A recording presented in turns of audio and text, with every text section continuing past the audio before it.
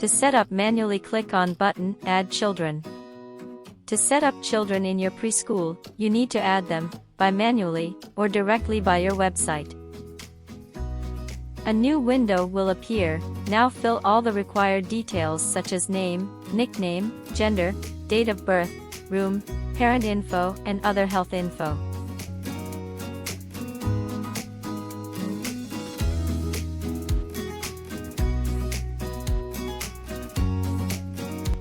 Once created, you can easily edit info.